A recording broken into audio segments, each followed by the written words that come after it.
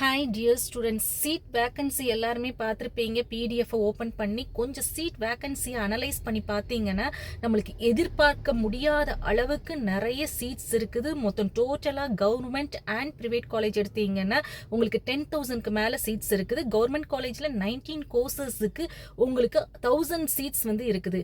So இந்த சாய்ஸை நீங்கள் miss பண்ணிடாதீங்க. நிறைய ஸ்டூடெண்ட்ஸ் உங்களுக்கு ரவுண்ட் 2ல எஸ்எஃப் கிடைச்ச காலேஜஸ்க்குமே கிடைக்குமா அப்படின்னு நீங்கள் கொஞ்சம் சீட்டை அனலைஸ் பண்ணுங்க உங்க கம்யூனிட்டிக்கு.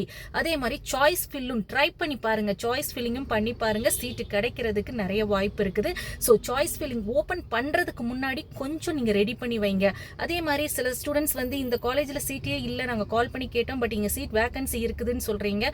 மேபி அந்த காலேஜுக்கு நீங்க திருப்பி கால் பண்ணுங்க. மேனேஜ்மெண்ட் கோட்டா இல்லாம இருக்கலாம், ஆனா கவுன்சிலிங்ல வர சீட்ஸ் அவைலபிளா கூட இருக்கிறதுக்கு வாய்ப்பு இருக்குது.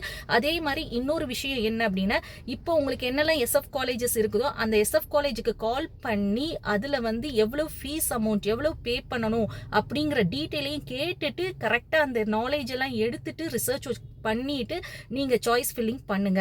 ஸோ கவர்மெண்ட் காலேஜ் எனக்கு எஸ்எஃப் கிடைச்சிருக்கு, கவர்மெண்ட் காலேஜ்க்கு நான் ட்ரை பண்ணலாமா அப்படின்னு நினைக்கக்கூடிய ஸ்டூடெண்ட்ஸ் உங்களுடைய வேகன்சி பாருங்க, உங்க கம்யூனிட்டிக்கு எவ்வளவு இருக்குன்னு பார்த்துட்டு நீங்க ட்ரை பண்ணலாம். ஏன்னா நீங்க ஏற்கனவே 250 ருபீஸ் பே பண்ணிட்டு இங்க ரிஜிஸ்ட்ரேஷன் பேமெண்ட். ஸோ திருப்பியும் ஒரு சான்ஸா நீங்க என்ன பண்ணலாம்னா ட்ரை பண்ணலாம். ஸோ ஹோப் உங்களுக்கு இந்த வீடியோ யூஸ்ஃபுல்லா இருக்கும்னு நினைக்கிறேன். உங்களுக்கு இந்த வீடியோ பிடிச்சிருந்தா லைக் பண்ணி ஷேர் பண்ணுங்க. நிறைய ஸ்டூடெண்ட்ஸ்க்கு போய் பெனிஃபிட் ஆவாங்க.